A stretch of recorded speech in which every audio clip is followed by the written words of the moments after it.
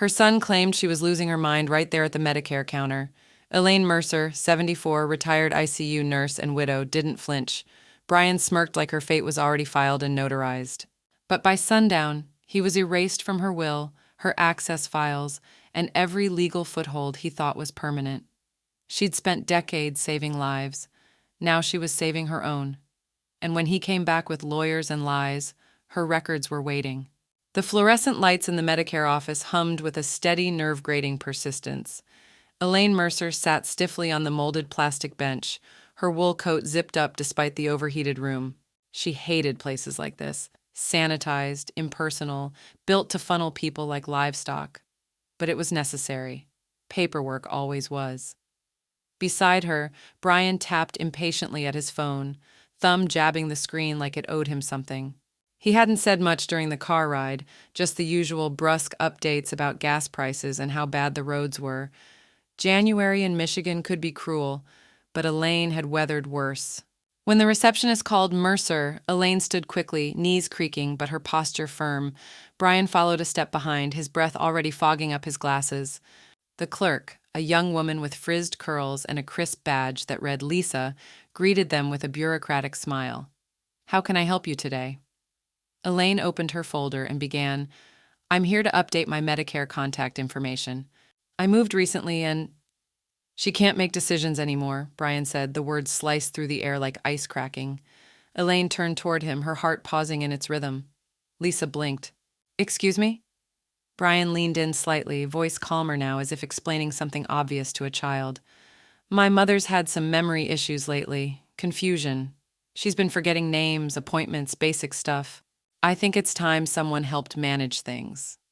Elaine stared at him. "What are you doing?" Brian didn't look at her. He kept his eyes on Lisa, like Elaine wasn't even in the room. "We'd like to file for an update to her authorized representative. I'm her current power of attorney." "You're not," Elaine said, voice quiet but sharp. Lisa looked between them, clearly caught off guard. Her eyebrows crept up just slightly, enough to register alarm or suspicion. "Ma'am, do you currently have someone listed as your agent under your Medicare file?" Elaine exhaled slowly, steadying the tremble in her fingers. She reached for her purse, unclasped the top, and pulled out a thick, neatly folded packet with a blue tab peeking from the edge. "My living will," she said, sliding it forward, "and a notarized power of attorney form. Updated 2 months ago?" Brian's smirk, which had started to curl at the edges of his mouth when they first approached the desk, vanished like vapor. Lisa took the packet and began to skim the first page, her expression sobered. "This lists a Danielle Marston as your power of attorney." "My niece," Elaine confirmed. "She teaches high school science, hasn't stolen anything from me, which is a plus." Brian stepped forward. "Mom, come on, this isn't about theft, it's about safety. You've been making erratic choices." "I'm 74, Brian, not 4. Elaine's tone was level, not loud, but it cut through his protest like a scalpel. "And I have not been diagnosed with anything. Not by a doctor, not by a court, and certainly not by you." Lisa held up her hands. "Okay, I'm not a judge here. I just need to confirm what's legally on file. And this," she tapped the folder, "overrides anything previously submitted." Elaine nodded. "Then let's fix the paperwork and remove his name." Brian stared at her, stunned. For the first time, the color in his face drained, leaving behind something brittle and pale. "I drove you here," he said under his breath. "I rearranged my schedule." "I didn't ask you to come," Elaine said, keeping her gaze on Lisa. "He invited himself." Lisa typed something into her terminal, the clacking of the keys underscoring the thick silence. After a moment, she looked up. "All right, we'll make the changes. Is there anything else I can assist you with today?" Elaine glanced at Brian, then back to the clerk. "No, that'll do just fine." They walked out of the office side by side, but not together. Brian's steps were tight, restrained, like a man trying to keep himself from snapping a pencil in half. Elaine, meanwhile, felt the rush of cold air as the automatic doors slid open and let it fill her lungs. The snow had begun to fall again as they stepped into the gray Michigan afternoon. Brian finally turned to her. His voice was quiet, calculated. "You're going to regret this." Elaine didn't respond, not yet. But in her purse, beneath the folder and wallet, her fingers curled around a pen. She was just getting started. It had started with the casserole dish. A week after Charles's funeral, Brian showed up uninvited with a pan of baked ziti and an overly cheerful voice, like grief could be absorbed and dismissed in a single reheated meal. Elaine accepted it with a tight smile, placed it on the counter, and never took off the foil. They sat across from each other at the kitchen table. Brian talked too fast and too loud, filling the air with job market complaints and confusing tax talk, pausing only to check his phone. He didn't ask how she was. He didn't mention Charles, not once. Instead, his fingers drummed against the table until finally he leaned in and said, "We need to get ahead of things, Mom, before something goes wrong." Elaine sipped her tea. "Something like," he shrugged, trying to look casual, but his eyes were too sharp. "Bills, the house. I could help with the accounts just temporarily. You don't need to be bogged down with all that." She watched the steam rise from her cup, let the silence press against him. "I'm fine handling it." His expression shifted, just barely. That flash of frustration, like a child denied a second cookie. He masked it quickly. "I'm just saying if something did happen, we should be ready." Elaine smiled, slow and polite. "We are." That night, long after he left and the untouched ziti went into the garbage, Elaine sat at the dining room table with a yellow legal pad and her husband's old fountain pen. The fireplace crackled quietly behind her as she made a list. Contact Medicare, update living will, remove Brian as POA, call Danielle. She underlined the last item twice. The next week, she walked into the Medicare office with a small folder tucked against her side and Danielle by her shoulder. Danielle, with her earnest eyes and ink-stained fingers, still smelled faintly of dry erase markers and winter wind. "You sure you want to do this now?" Danielle had asked in the parking lot. Elaine had nodded, her voice calm. "There's a window after death. People either step in to help or they step in to take." Inside, a different clerk, older than Lisa but no less guarded, watched quietly as Elaine laid out the documents on the counter. Her late husband's death certificate, her original living will, and the freshly printed amendment forms. Elaine filled out the new directive by hand, her pen moving steadily. When she reached the section for power of attorney, she paused only for a breath, then wrote, "Danielle Marston." Danielle shifted beside her, uneasy. "Are you sure?" Elaine didn't look up. "You're calm, organized, honest. You don't want anything from me. I want you safe." "That's enough." The clerk stamped the papers, slid them into a bright blue envelope, and handed Elaine a copy with a soft "all set." It felt final. Good final. 2 days later, Brian came by again. Elaine hadn't invited him, but the familiar screech of his brakes gave him away. He knocked once before letting himself in with the old key Charles had given him years ago. She met him at the door, hand already on the knob. "You don't live here. I'm just checking on things. You can call." He stepped inside anyway, looked around like he owned the place. "I saw the new POA form," he said, voice low. "Danielle? Seriously?" Elaine closed the door slowly behind him.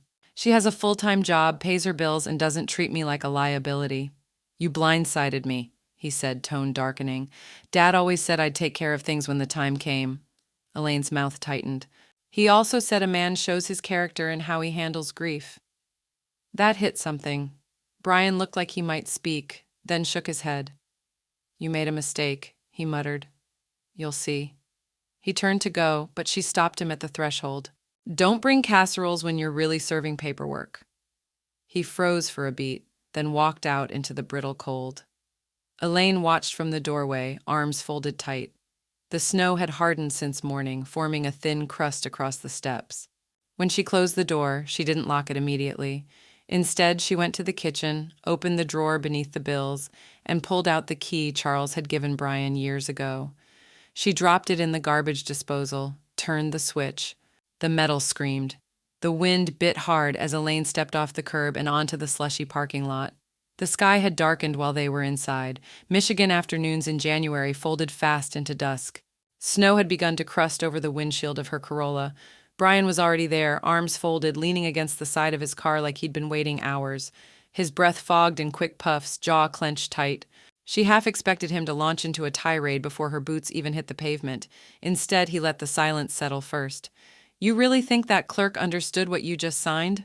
Elaine kept walking. "I understood." He stepped into her path. "You think this is smart, cutting me out like I don't know how things work?" She tilted her head, appraising him. "You mean finances?"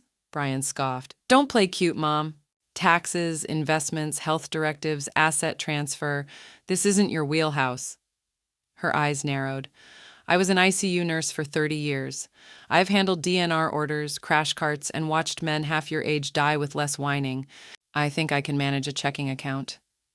Brian's lips parted slightly, offended, surprised, maybe both. His gaze darted toward the office behind them as if he were calculating how much of this someone inside could hear. You're being reckless, he said, voice lower now. You don't know how fast things can spiral. What if Danielle gets overwhelmed? What if someone takes advantage of her? Elaine raised an eyebrow. She hasn't asked for access to my accounts. You did. He tried again, softening the edges of his voice, shifting into that old familiarity he used back in high school when he'd cracked her rearview mirror and needed her to smooth it over with Charles. I'm just trying to look out for you. No, trying to look in. There's a difference.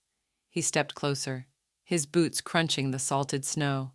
She's been feeding you things, getting in your ear. You've always been too trusting. Elaine didn't flinch. As she listens, that's different from manipulation, and it sounds like you're describing yourself. That did it. The mask slipped for just a second. Brian's mouth twisted, not in rage but something worse, contempt. You've never been good with money. Dad handled everything, and now you're going to let a high school teacher play accountant? She didn't break eye contact. Danielle's never lied to me about a layoff or a foreclosure or bounce checks I had to cover.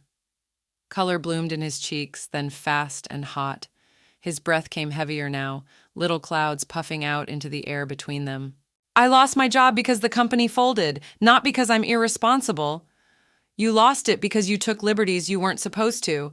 That wasn't the company's fault. Brian's eyes flashed. So this is about punishing me? Elaine opened her car door, calm and slow. No, this is about protecting me. He took a step closer. Too close. The snow crunched again beneath his heel. You're going to regret cutting me out, he said, voice flat now, cold. Elaine stared at him over the top of her car door. That sounds like a threat. He didn't answer. A long, heavy moment passed between them. Finally, Elaine slid into her seat and pulled the door shut with a clean, mechanical thud. Brian stood there as she reversed out, his figure growing smaller in the rearview mirror, but not less dangerous.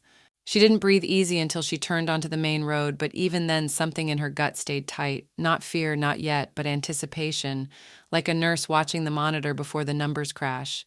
The envelope was thick, stamped personal and confidential, and slid through Elaine's mail slot on a Wednesday morning like a blade in an envelope.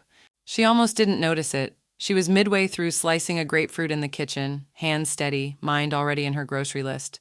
It wasn't until her boot caught the corner of the manila flap on the way to the front door that she saw the courthouse return address. Her chest tightened before she even opened it. In the matter of Elaine Mercer, petition for appointment of guardian of the person and estate, emergency motion filed. She stood motionless in her foyer for several seconds, the paper trembling only slightly in her fingers, not with age, not with weakness, with fury. In a narrow column of fine print, allegations. Brian had described her as mentally diminished, frequently disoriented, and susceptible to external manipulation. The lines crawled with insinuations she didn't recognize, woven through with cherry-picked dates and distorted facts. He'd even claimed she'd missed medical appointments, appointments he hadn't known existed. And near the bottom of the filing, in a cold summary of justification, a citation to a supposed doctor's concern about increasing cognitive decline.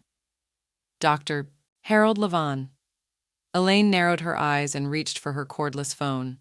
By noon, she was seated across from Dr. Levon himself, coat still dusted with salt and snow. I never wrote that, he said flatly, reading the copy she'd slid across his desk. Never said it either. He looked at her over the rim of his glasses. You scored in the top percentile on your annual cognitive screen. I told you that personally. You did, Elaine said. Her voice was calm, but her jaw was locked like a bolted door. Levon leaned back. Is your son trying to put you in a home? Elaine gave a half smile that didn't reach her eyes. Not quite. But he's trying to own the keys. That night, she called Danielle. I need a lawyer, she said simply, and a notebook. Danielle was at her door the next morning, bundled against the frost and holding both. Elaine began the log on a fresh page in the lined spiral Danielle had brought. She noted the date, what time she woke up, what medication she took, what groceries she ordered, what she paid, who she spoke to. She documented the weather, the headlines, her blood pressure. Her tone wasn't frantic. It was methodical, clinical, like charting a patient on the edge of something critical. The next day, they met with a gray-haired elder law attorney named Marlene Fisk, whose eyes were sharp enough to peel paint. "He filed this as an emergency," Marlene said, flipping the packet. "Classic intimidation play. Forces the court to act fast, hoping you won't." Elaine kept her voice even. "Then we don't wait." Marlene looked up. "You're willing to undergo a cognitive evaluation?" Elaine nodded. "Voluntarily. With independent oversight." Danielle placed a hand on her arm. "You don't have to prove anything." "I know," Elaine said, "but I will." That night, Elaine typed and printed a checklist she titled Documented Autonomy. It included a list of passwords, account balances, contacts for her pharmacist, and copies of every signed form Danielle had ever witnessed. She cross-referenced them with timestamps, bank statements, grocery receipts, and even thermostat settings. If Brian wanted a paper trail, she'd give him one. She left nothing open for interpretation, except for the things she couldn't document. The growing sense of violation, the knowing bone deep that Brian had been preparing this long before his first casserole, that every warm smile had been inventory, every phone call a probe. At 10:42 p.m., her cell buzzed with a withheld number. She let it ring once, then rang again. She turned the ringer off, and yet, when she turned toward her living room window to shut the curtains, she paused. Across the street, a dark SUV idled, engine running, no dome light, just heat-fogged glass. It didn't move. Elaine's hand froze on the curtain string. So it begins, she thought. Elaine sat in a beige room that smelled faintly of toner and institutional carpet cleaner, her coat folded over her lap, and her pen poised in hand. The neuropsychologist's office was quiet, too quiet, the kind of quiet that made people second-guess themselves. She didn't. A clipboard sat before her, the pages thick with boxes, patterns, sequences, and paragraphs to recall.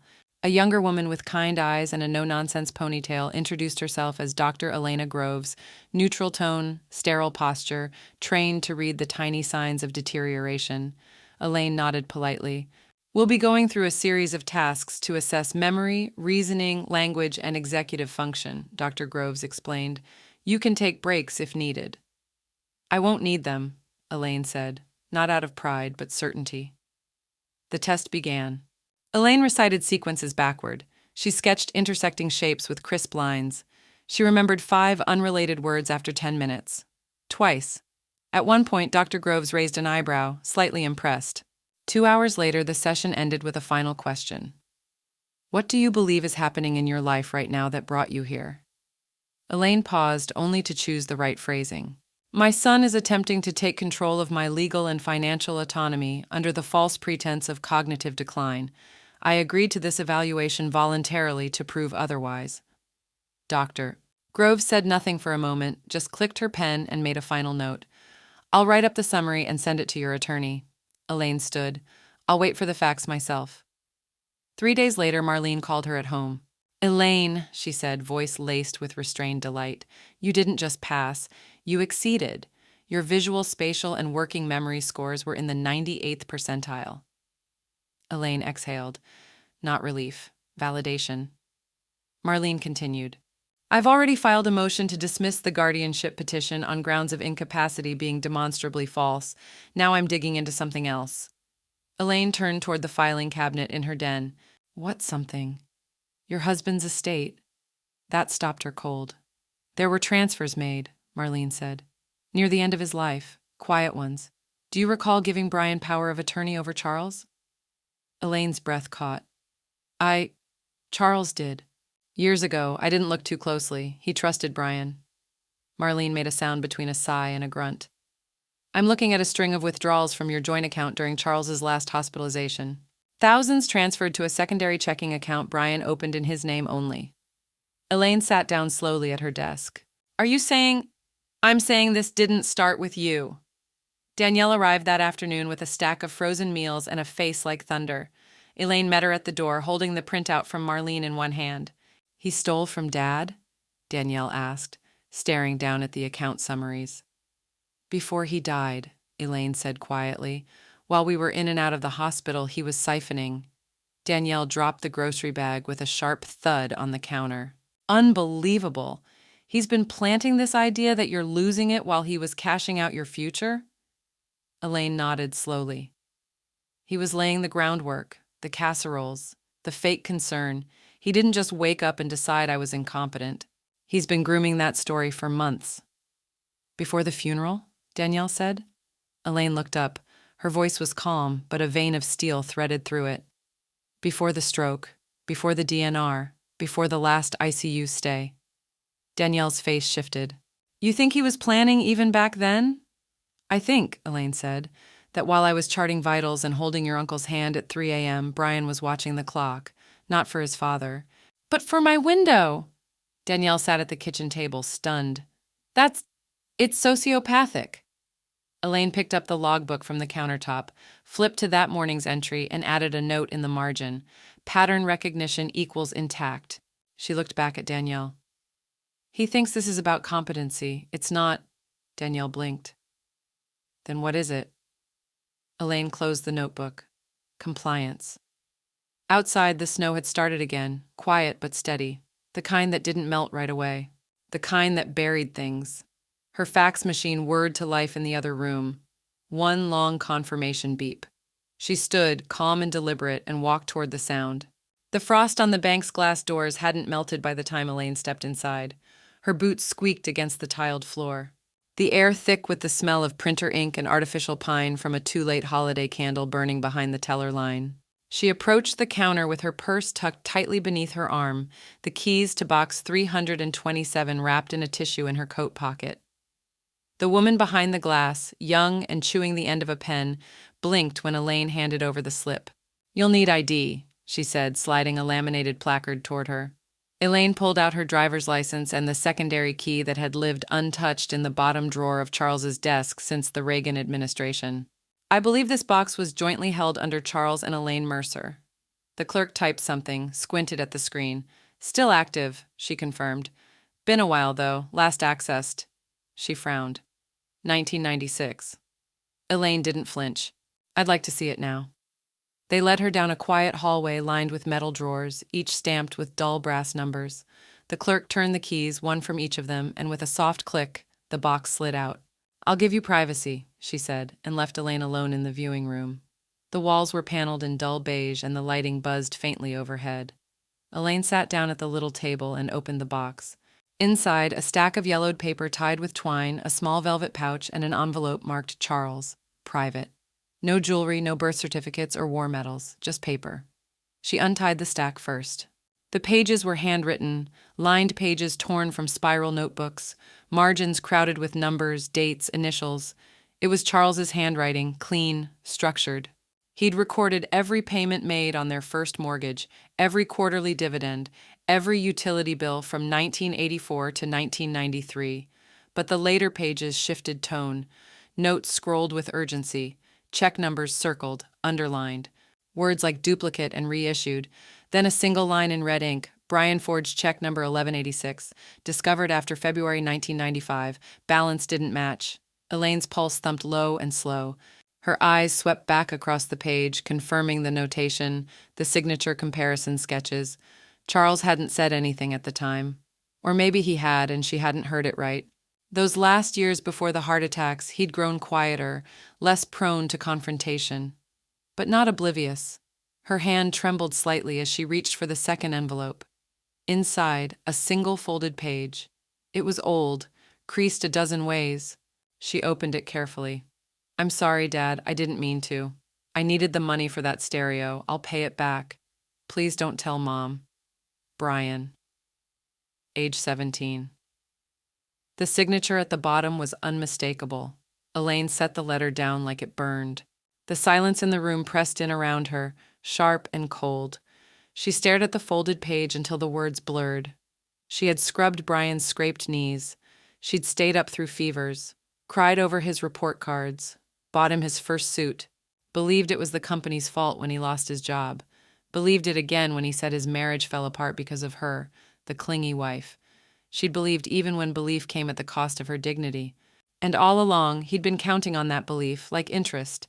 She pulled out her notebook and began copying key entries from the ledgers, check numbers, amounts, dates. She listed the confession letter. scanned a copy with her phone, forwarded it to Marlene with a subject line that read, "Evidence timeline begins 1995. When she emerged from the vault room, the clerk gave her a half-curious glance. Elaine didn't meet her eyes. By the time she reached her car, the wind had picked up again. It whipped across the windshield, howling like something ancient and offended. She sat behind the wheel for a long moment, hands still gripping the box. She was heartbroken and furious, and just getting warmed up. Her phone buzzed on the passenger seat. Unknown caller. She let it ring once, twice, then answered. Her voice was level. "This is Elaine Mercer." The room smelled like old coffee and too many coats drying on radiators. It was the basement of the municipal library, fluorescent lights buzzing overhead, gray linoleum scuffed and dented from folding chairs scraped over decades. A taped-up sign near the door read, "Guardianship Support Circle, 2nd and 4th Thursdays. Confidentiality required." Elaine took a seat near the back, keeping her coat wrapped tight around her. 12 other people dotted the circle, mostly women, mostly gray-haired, mostly silent in that weary, exhausted way that only people in long fights learned how to carry. A volunteer named Alma introduced the group with the gentle authority of someone who'd earned every line on her face. "This isn't therapy," she said. "We don't offer advice and we don't take sides. What we do is listen. Because most of the time, that's the thing nobody else is doing." Elaine stops defending. She begins striking back. The sound came again, sharp metal on metal, clink, then silence. Elaine sat frozen in the dark of her bedroom, one hand gripping her phone, the other resting on the drawer that housed her registered Smith & Wesson .38. She didn't reach for it. Not yet. The camera feed had gone black. The side angle still held, grainy, static-riddled, but clear enough to show the faint glint of a wristwatch disappearing behind her hydrangeas. She waited. Then calmly, she picked up her phone and texted Marlene. 1:08 a.m. Elaine. "We're not dealing with whispers anymore. It's time. Marlene." 3 dots pulsing. Marlene understood. "I'll draft the counterclaim in the morning. You're not the only one keeping records." By noon, Elaine was seated across from Marlene in her downtown office. A manila envelope, thick with surveillance photos and transcripts, spread across the table like evidence at trial. "Financial coercion," Marlene said as she typed. "Attempted unauthorized transactions, psychological harassment, false property listing, and now, attempted intimidation. We've got pattern, persistence, and probable cause." Elaine handed over the new printout, a screenshot of her home Zillow entry uploaded the night before without her consent. "I want him named," she said, "in the filing. Not my son, Graham Rutherford. Let him be searchable." Marlene didn't flinch. "He will be." They worked in silence for a long stretch. Elaine reviewed the affidavit for accuracy, striking only one line. Victim states she is frightened for her safety. "I'm not frightened," she said, crossing it out in ink. "Just finished being tolerant." Flashback. It was Graham's graduation dinner, one of those overpriced rooftop places with craft cocktails and shared plates. Elaine had worn a new blouse, blue silk with delicate buttons she couldn't quite fasten with one hand. Graham had introduced her as the woman who taught me what passive aggression looks like and how to outshop anyone during a recession. Everyone had laughed. Kelsey had clinked a glass. Elaine had smiled, but when she excused herself to the restroom, she sat in the stall for 6 minutes and stared at her shoes. They were new. She never wore them again. Now, at 3:17 p.m., Marlene hit send on the filing with the family court clerk. Within 2 hours, the docket confirmed the motion. Cross-petition, elder exploitation, and undue influence. Rutherford versus Rutherford. Elaine stood and straightened her blazer. She had opted for navy, not black. She was not in mourning. "What happens next?" she asked. Marlene slid a stack of papers into a folder and handed it to her. "We wait for the judge to review and issue the protection order. But if he so much as breathes near your mailbox before then, we file for expedited review." Elaine didn't say thank you. She nodded, the kind of nod women give each other when something irreversible has begun. It took less than 3 days. Elaine sat alone on the wooden bench outside courtroom 2C, her journal in her lap, the affidavit copy tucked neatly inside.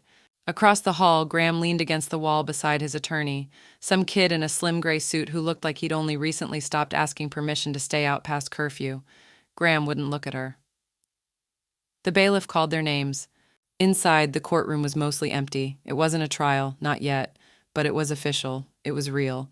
Elaine stood when prompted, her voice did not waver.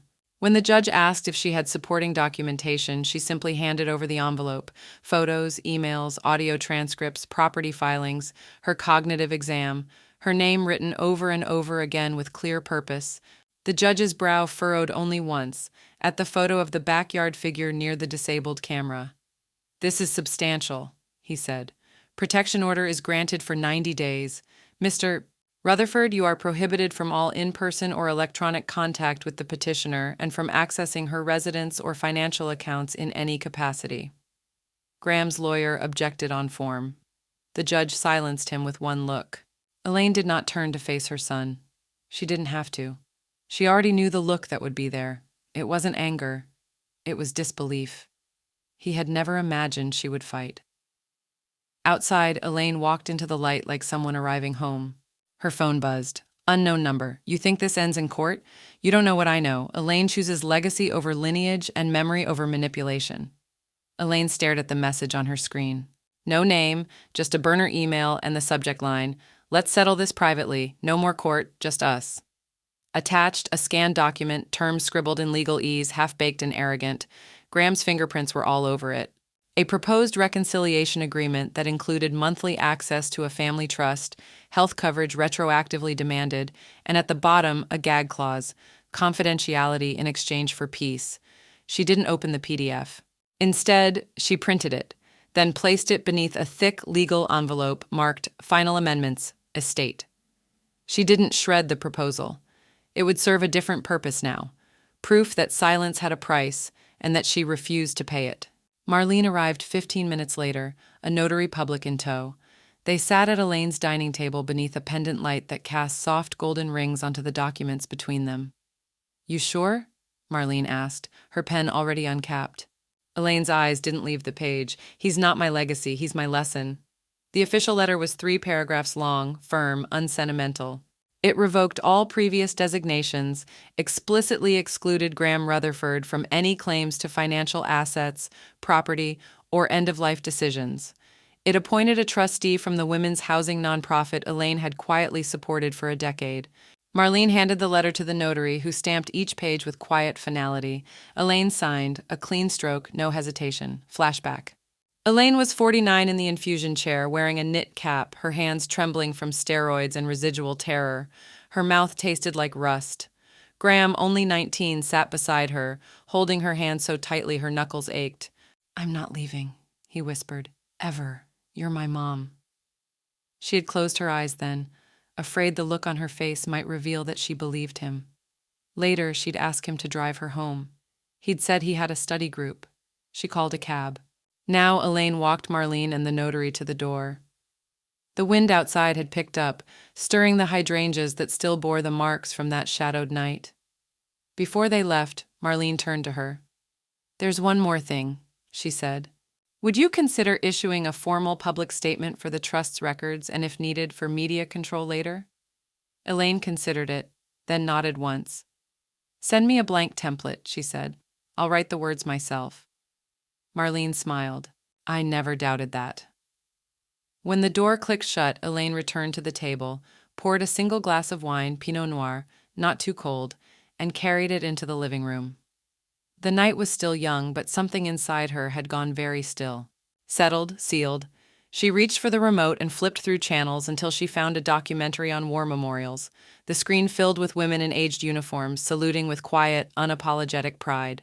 She whispered, half to herself, half to the ghosts in her bones, "You can lose everything and still not be lost." Her phone buzzed, another unknown number. She didn't look this time. She turned it face down. The next morning, she drove to the county recorder's office, parking in the senior reserve space. She stepped out in a pressed blazer and sensible flats. She moved slowly, but without uncertainty, like someone carrying weight she'd finally chosen to bear. Inside, she handed the clerk a sealed envelope. "Addendum to estate," she said, voice clear and official. "Witness signature. File it today." The clerk glanced at the document and her ID, then looked up. "Want a copy for yourself?" Elaine shook her head. "No, just a receipt. I don't plan on needing a backup." Back in the car, she sat for a moment before starting the ignition. Then her phone buzzed again, this time not a message, a photo sent from an encrypted app. Graham standing in front of her gate, smiling. Caption: Doesn't feel like goodbye yet. Not all forgiveness is owed. Not all letters need sending. The photo sat on her phone screen for hours, Graham at the gate, smiling like a man who just walked away from a house fire and expected applause. Elaine didn't forward it. Not to Marlene, not to the retired judge, not to her brother, not yet. Instead, she saved the image, titled it Final Recognition, and locked it behind biometric authentication. Then she powered the phone off, placed it face down on the kitchen counter, and opened the drawer beneath the sink. Inside, between rubber gloves and a roll of trash bags, sat a plain manila folder marked, Letters Never Sent. She hadn't touched it in years. That night, with a single lamp burning beside her and a wool throw wrapped around her shoulders, Elaine pulled a fresh sheet of stationery from her drawer, heavy, textured paper. She hadn't bought it for correspondence, it was for clarity, for exorcism. She dated the top June 2nd, then began to write. Dear Graham, not everything I didn't say was forgiveness. I wonder sometimes if you ever realize that. I've replayed it all lately, moments I could have stopped you, taught you better, called out the small lies that calcified into character, but I didn't. I let you grow past me, around me, without me, not because I was weak, but because I was tired. Tired of defending a version of motherhood that always demanded I be the one to blink first. You used to hold my hand like you were anchoring us both. Now you treat me like the house that holds your forgotten things, valuable only when someone else wants them. You became the kind of man your father once warned me you'd never forgive. And yet part of me still hopes. Not for reconciliation, for reckoning. You're still my son. But I am no longer your foundation. If one day you choose to be better, to be decent, not for gain, not for image, I hope someone is still around to witness it. It just won't be me. Mom. Her hand trembled only once on the final M. She set the pen down, folded the letter, and sealed it inside the envelope marked, Unsent, Unneeded. She placed it back in the drawer and closed it gently. The next morning, Elaine walked into the office of North River Transitional Housing with a check in her bag and her mother's obituary clipped to the donation form. The woman behind the front desk looked up, surprised. Are you here to tour the facility? Elaine smiled. No, I'm here to fund it. She handed the check over, 5 figures, handwritten, signed with a steadier hand than anything Graham had seen in years. In my mother's name, Elaine said softly. Margaret Jensen, she never had a second chance. Maybe someone else should. The woman blinked, eyes suddenly glassy. I can walk you through our naming process if you'd like. We often inscribe donors' dedications in the courtyard tiles. Elaine nodded, then paused. No plaque, she said. No signature. Just one sentence. The woman waited, pen poised. Elaine said, a quiet room and a door that locks. That's what she always wanted.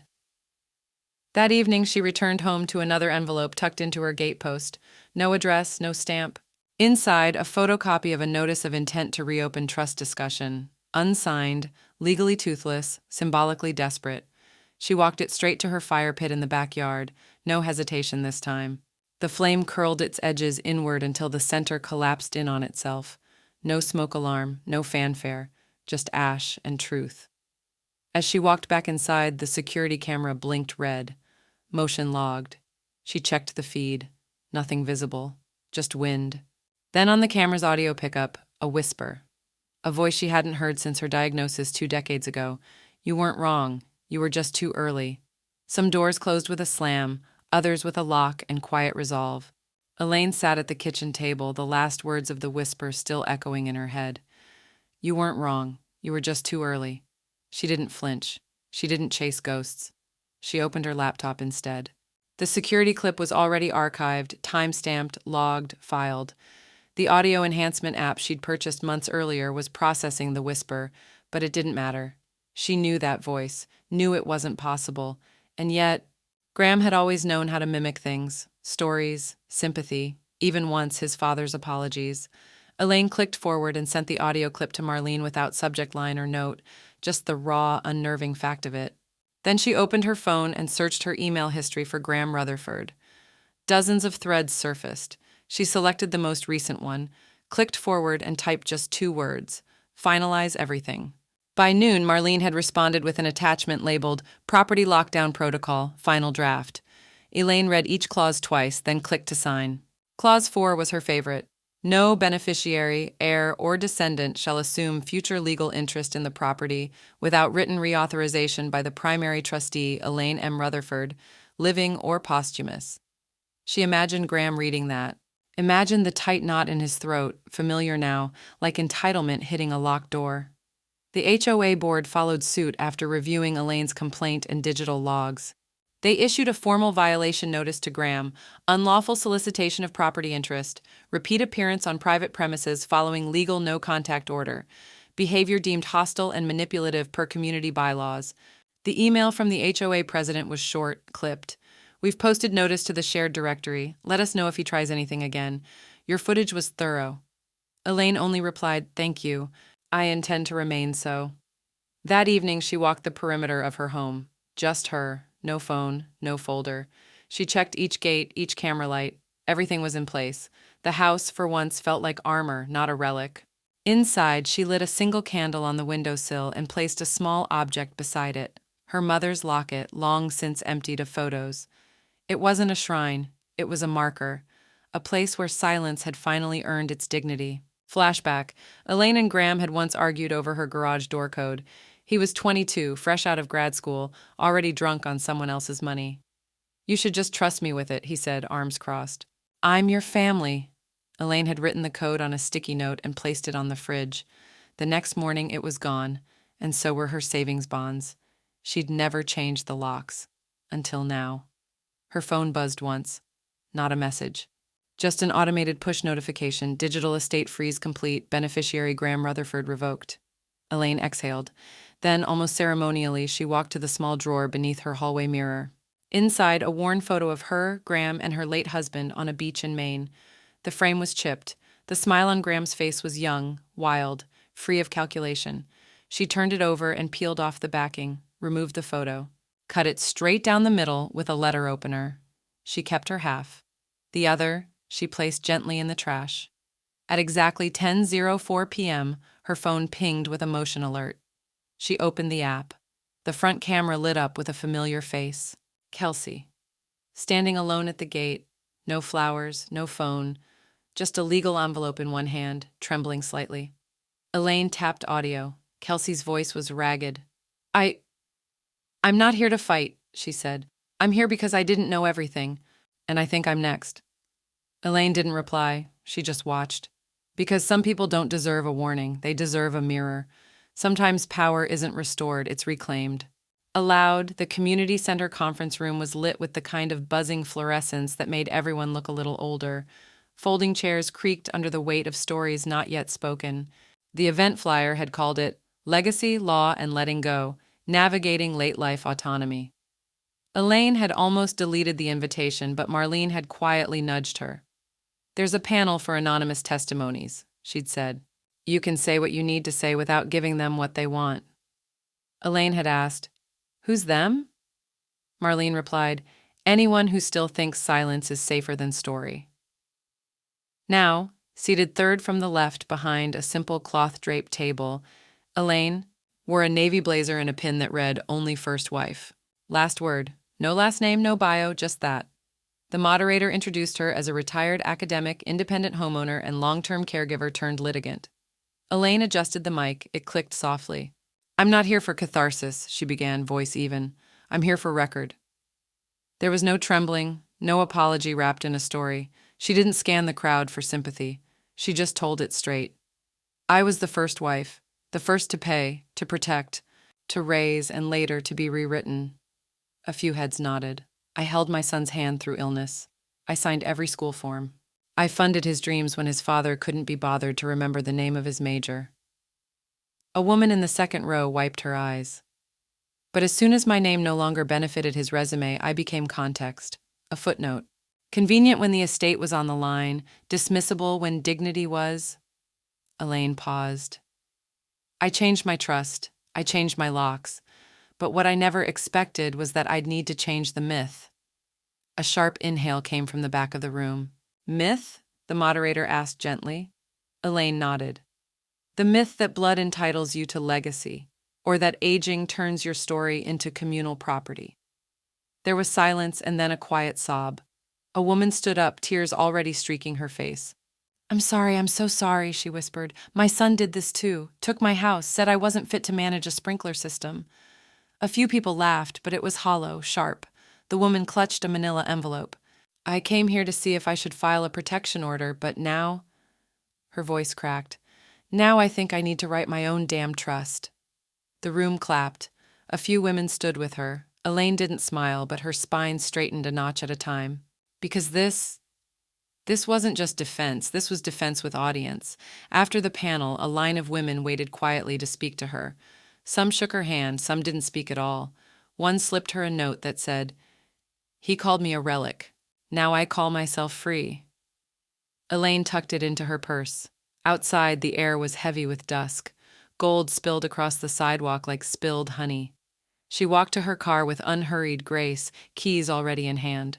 Her phone buzzed from Marlene. "Subject FYI, you've been quoted." Attached, a screenshot from a local journalist article on the panel.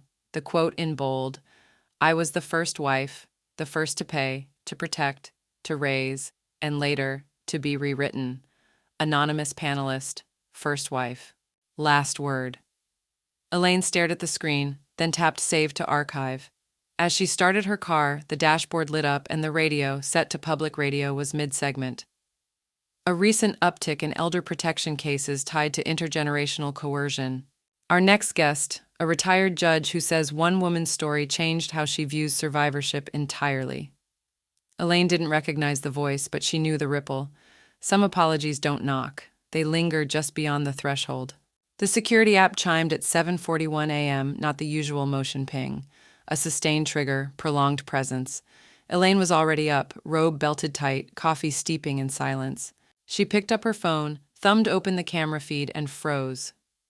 There he was. Graham, standing just outside the gate. His hair was unkempt, face pale, wearing the same designer coat she'd once found a receipt for tucked into her birthday card. He looked thinner, or just less inflated. He wasn't moving, just waiting. Elaine set her coffee down and tapped for audio. "Mom?" His voice cracked through the static, tiny and too familiar. "I know you're watching." She didn't respond. The mic stayed muted. "I was angry," he said, hands shoved deep into his pockets, "and stupid. I thought I could scare you into negotiating. I don't know what I thought." Elaine's eyes didn't leave the screen. The camera angle cut his figure at the waist, like a painting missing the frame. Graham shifted his weight, glancing once at the keypad, but didn't touch it. "I've been going to therapy," he added. "They said I should acknowledge harm. Be accountable." A dry laugh escaped him. "They didn't say what to do when your mom hires better lawyers than your firm has partners." Elaine blinked slowly. Her thumb hovered over the speak button, then moved away. "I saw the article," he continued. "The quote, that was you, right? First wife, last word." No smile came, not even inside. Graham rubbed his face. "Kelsey left, said, I need to untangle my own ego before I wrap it around someone else." Her words, not mine. Silence stretched. Elaine counted it in heartbeats. "Look, I'm not here for money, I swear, He looked up toward the house, eyes searching the windows. "I miss my mother." That landed, not as pain, as pressure, as familiarity. Just enough to test the seams of her resolve. Elaine leaned in closer to the screen. Graham added, "I brought the watch back." He held it up. Her late husband's old timepiece, the one Graham had pocketed from her drawer years ago. Its gold face glinted against the morning light. Too polished, too late. Elaine's eyes narrowed. Graham placed the watch gently on the top step outside the gate. Then he stepped back, hands raised as if surrendering to something invisible. "I'll go," he said quietly. "But if you ever think there's space for truth, I'll answer." And then, almost like punctuation, he added, "You once told me that survival isn't the same as peace. You were right. And I don't want to survive like this anymore." He turned, walked away, didn't run. Elaine stayed frozen for a long time. The camera auto-timed out, but she reopened the feed, rewatched it once, then again. She rose, walked to the front door, unlatched it, and opened it a crack. The watch was still there, sitting like a quiet dare. She didn't pick it up. She closed the door, not fast, not dramatic, just closed it. Back inside, she wrote a new journal entry. June 4th, 7:41 a.m. Subject, appeared at gate. Verbally acknowledged coercive intent, offered symbolic item, no direct threat, no attempt to enter. Statement recorded, no reply issued. She tucked the journal back into the drawer, locked it, and then opened her laptop. A new email had arrived. Subject: Panelist follow-up interview request. Body: We believe your story could help change legislation. Are you willing to go public fully? Name, photo, everything. Elaine didn't respond. Not yet. She just stared at the screen and whispered aloud. Power isn't a moment. It's what you choose to do the moment after. Closure isn't quiet because it's small. It's quiet because it's done. The table was set for 6. Real linen napkins, water glasses, not stemware. Elaine had cooked herself. Rosemary chicken, soft rolls, roasted root vegetables. Comfort food for women who'd been asked to bite their tongues for too many years. Marjorie arrived first, still in her blazer from a zoning meeting, then Camille, who ran the shelter's legal hotline now, and Ruth, who once lived across the hall in Elaine's first apartment back when they both shared a toaster and a habit of overwatering basil. Each brought something small: a jar of honey, a chocolate bar, a hand cream sample tucked into a grocery bag. The gifts were less about occasion and more about presence, their kind of shorthand.